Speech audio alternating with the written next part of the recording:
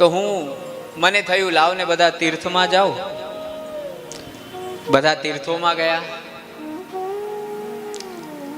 પુષ્કરમ ચ પ્રયાગમ ચ કાશી ગોદાવરીમ તથા હરિક્ષેત્રમ કુરુક્ષેત્રમ શ્રીરંગમ સેતુબંધનમ.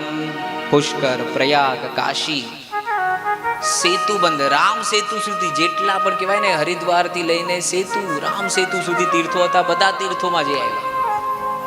પણ સંતોષ ન થયો.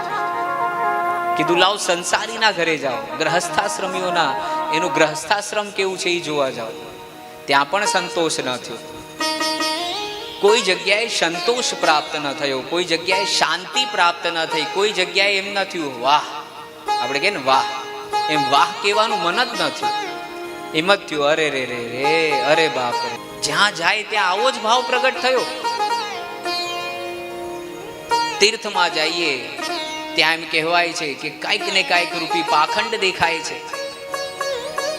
ગ્રહસ્થીને જોઈએ તો રાગ અને દ્વેષ દેખાય છે. લોકો દુરાચારી, અત્યાચારી, વ્યાભિચારી થયા છે. નારદજી ખૂબ હતાશ અને નિરાશ થઈને છેલ્લે વૃંદાવન તરફ, વ્રજ તરફ પ્રયાણ કરે છે.